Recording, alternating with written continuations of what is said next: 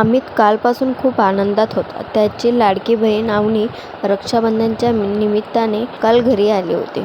अवनी अमितपेक्षा लहान, पण दोघा बहीण भावाचे खूप पटायचे. 2 वर्षांपूर्वी अवनीचे लग्न राहुलसोबत झाले होते. राहुलचे शहर त्याच्या शहरापासून 4 तासाच्या अंतरावर होते.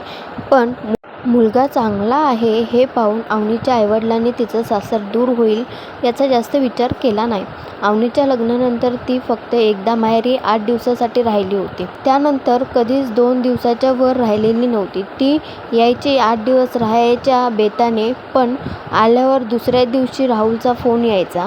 कधी म्हणायचा की घरी पाहुणे आले आहेत, तर कधी म्हणायचा की आईची तब्येत बरी नाही. तिला लगेच निघावे लागत असे. अवनी अशी घाईत निघून गेली की अमितला वाईट वाटायचे. राहुलचा राग पण यायचा, पण अवनी अमितची समजूत काढायची आणि म्हणायची की पुढच्या वेळी जास्त दिवस राहील. अमितसुद्धा तेवढ्यापुरता गप्प बसायचा मग. पण या वेळेला त्याने तिला हट्टच केला होता. या वेळेला तरी चांगली आठवडाभर राहा म्हणून. अवनीने सुद्धा होकार दिला होता.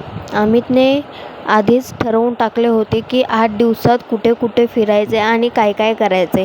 आज संध्याकाळी त्याने सर्व फॅमिलीसोबत बाहेर जेवायचे ठरवले होते. ठरवल्याप्रमाणे सर्वजण संध्याकाळी बाहेर जेवायला गेले. सगळ्यांना एकत्र बाहेर आल्याने खूप आनंद झाला होता. सगळ्यांनीच खूप धमाल केली. आई, बाबा, त्यांची बायको अमृता सगळेच खुश होते. अवनीच्या चेहऱ्यावरून तर आनंद अगदी ओसाडून वाहत होता आणि सगळ्यांना खुश पाहून अमितही खूप खुश झाला होता. दुसऱ्या दिवशी सगळेजण पुन्हा बाहेर फिरायला जाणार होते. तो संध्याकाळी घरी आला आणि पाहतो तर घरी राहुल आलेला होता. परवाच अवनी घरी आली आणि राहुल आज इथे आला होता. त्याला पाहून अमित म्हणाला, तुम्ही आज अचानक, म्हणजे अवनीने आधी काही सांगितले नाही. अवनीला सुद्धा काहीच माहीत नव्हते. मला इथे एक काम होते म्हणून आलो होतो. काम झाल्यावर म्हटलं चला आलोच आहोत तर अवनीला सुद्धा सोबत घेऊन जाऊया. तेवढ्यात तुमचा एक चक्कर वाचेल. राहुल म्हणाला, राहू द्या की अवनीला काही दिवस. खूप दिवसांनी आली ती माहेरी.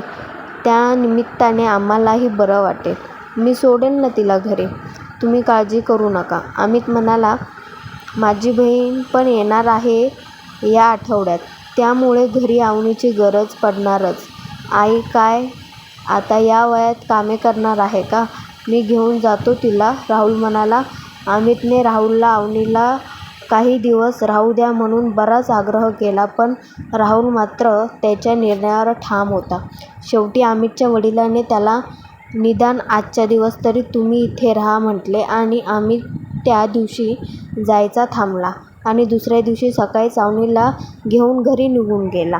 तिला राहुलचे वागणे अजिबात आवडले नव्हते. राहुल गेल्यावर तो म्हणाला, हे राव कधीच अवनीला माहेरी राहू देत नाहीत.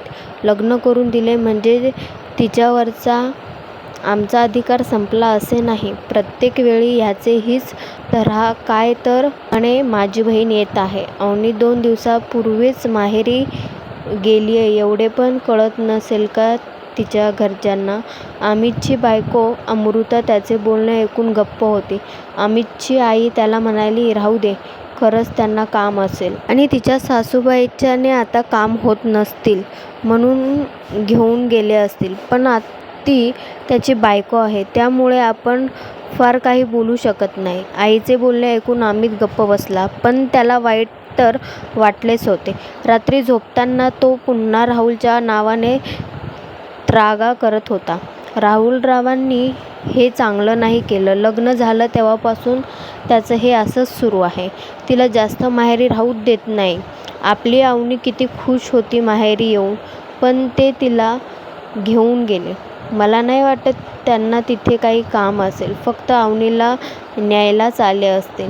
सकाळपासून अमितचे बोलणे ऐकून अमृता त्याला म्हणाली, तुमची बहीण खूप दिवसापासून माहेरी राहू शकली नाही ते बरोबर कळलं तुम्हाला.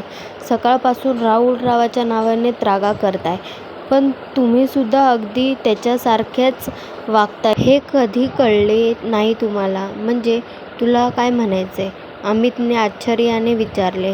हेच की तुम्हीसुद्धा आजवर मला 1 दिवसापेक्षा जास्त माहेरी राहू दिलं नाही कधी. नेहमी सोबतच येता आणि मलाही सोबतच घेऊन येता. माझे बाबासुद्धा तुम्हाला कितींदा आग्रह करतात की अमृताला राहू द्या की काही दिवस म्हणून. पण तुम्ही त्यांचं कधीच ऐकत नाही. माझ्या बहिणी येतात तेव्हा मला पण वाटते की मी सुद्धा त्यांच्यासोबत काही वेळ घालवावा. काही दिवस माहेरी राहून आराम करावा. पण तुम्ही मला राहूच देत नाही कधी. अमृता म्हणाली. अमृताच्या मनात हे असे काही असेल याची अमितने कधीच कल्पनासुद्धा केली नव्हती. अमृतालासुद्धा माहेरी जाऊन राहावे वाटत असेल हा त्याने विचारच केला नव्हता. तो अमृताला म्हणाला, अगं पण तुझं माहेर काय दूर आहे का? अगदी तासाभराच्या अंतरावर तर आहे. तुझं माहेर तिथे जाऊन राहण्याची काय गरज आहे? अमित म्हणाला, जवळच असलो तरीही वर्षातून मुश्किलाने 5 ते 6 वेळा भेट होते आमची आणि ते सुद्धा त्याच दिवशी जाऊन यावं लागतं. अर्धा दिवस तर जाण्या येण्यातच जातो. माझ्या भावाच्या लग्नाच्या वेळीसुद्धा फक्त 2च दिवस राहू दिलं होतं तुम्ही.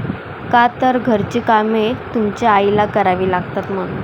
तुमच्या बहिणीसाठी तुम्हाला वाटतं पण माझ्यासोबतसुद्धा तुम्ही असंच वागत याची साधी जाणीवसुद्धा नाही तुम्हाला. अमृता म्हणाली. आता मात्र अमितला माझी चूक कळून आली. अमृताने बरेचदा माहेरी जाण्याचा हट्ट केला पण त्याने कधीच तिला राहू दिले नव्हते. आपण आपल्या बायकोला सतत गृहीत धरत आलोय याचीसुद्धा त्याला वाईट वाटले. मुळात बायकोला तिच्या माहेरी राहण्यासाठी नवऱ्याकडून परवानगी घ्यावी लागते आणि आपणसुद्धा तिच्यावर मालकी हक्क असल्याप्रमाणे तिने सरळ सरळ तिला नकार देत असतो. ती म्हणाली. चूक आहे हे सुद्धा अमितला कळून चुकले होते. त्यानंतर तो काहीही न झोपता विचार करत झोपी गेला. दुसऱ्या दिवशी तो सकाळीच उठला. अमृता किचनमध्ये चहा बनवत होती. तो तिच्याजवळ जाऊन म्हणाला, अमृता लवकर तयारी कर. आज मी तुला तुझ्या माहेरी घेऊन जाणार आहे आणि यावेळी तुला हवे तेवढे दिवस तू तुझ्या माहेरी राहू शकते. अमित म्हणाला, आज अचानक कसे काय सुचले तुम्हाला? अमृताने आश्चर्याने विचारले. तुझ्या कालच्या कानउघाडीने डोळे उघडले माझे. माझी चूक लक्षात आली.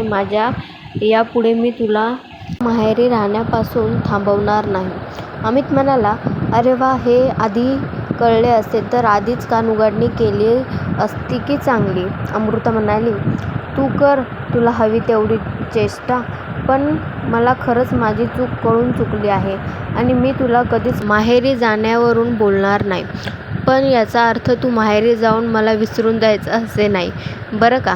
अमित हसत म्हणाला आणि दोघेही नवरा बायको मनमुराद हसले. समाप्त.